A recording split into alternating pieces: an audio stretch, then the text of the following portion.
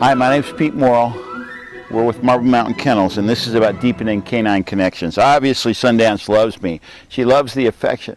Today we're working on two things. One is walking with a leash and teaching her the right behavior with a leash. When do you introduce this? I would introduce it as early as 14 weeks. It's mainly a negative thing. In other words, she's going to get negative reinforcement. You're going to see that. And so we don't like to do it with an 8-week-old puppy. But we also don't like you to be charging or having the dog charge ahead of you and then you pull the leash behind you. So Sundance is going to give us a good chance to see her pull the leash. So I'm just going to go on a walk, and as I go on a walk, she's going to lose track of me. So this doesn't happen every time, and then I need to make sure the leash is on the top of her, and hopefully she's going to do it. Okay, so she's choosing to be good. So her job is to make sure that the leash is always loose. So now she's behind me. So did you see the little correction I made with her? So she can decide to sit or have a little bit of a pity party, but good girl, good girl, good girl. All I'm teaching her is that if I move and she doesn't move to keep that leash loose, she's going to get a small correction.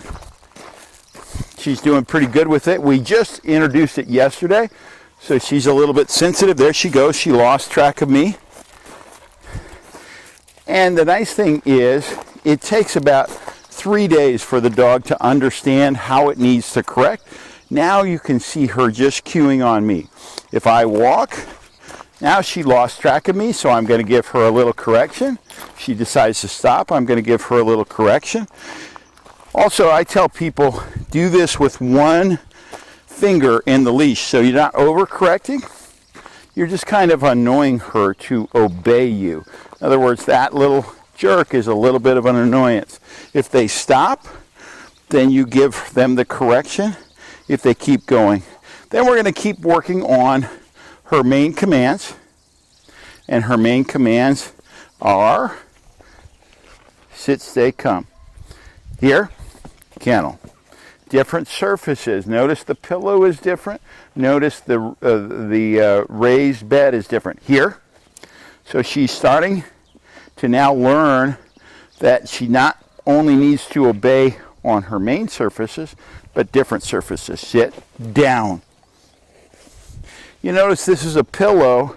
She's not seen this pillow, at least not for a long time, but she automatically goes down on pillows, which we're okay with. Sundance, here. Good. Good. Sundance, here. Then we're also going to work on distance. Now, she does pretty good with distance, but I'm going to continue to work on how deep or how far away I'm going to try to get from her. Sit.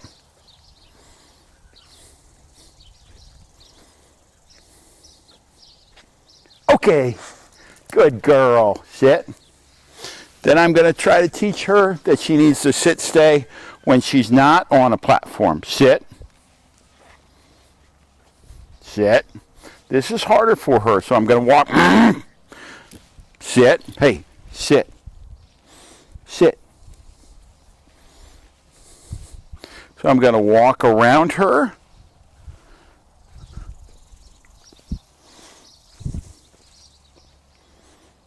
Then I'm going to try to get distance. Okay. Good girl. So this is Sundance. She is learning. This is week 2, session 3 of her post-super citizen here. And so during this time, we're just giving her all kinds of variety. We already know that she knows the commands. Now we want her to do the commands, different surfaces, different distances, different places. The more she the more she gets an opportunity to work in different locations with different surfaces, different opportunities for distraction, the more obedient she becomes.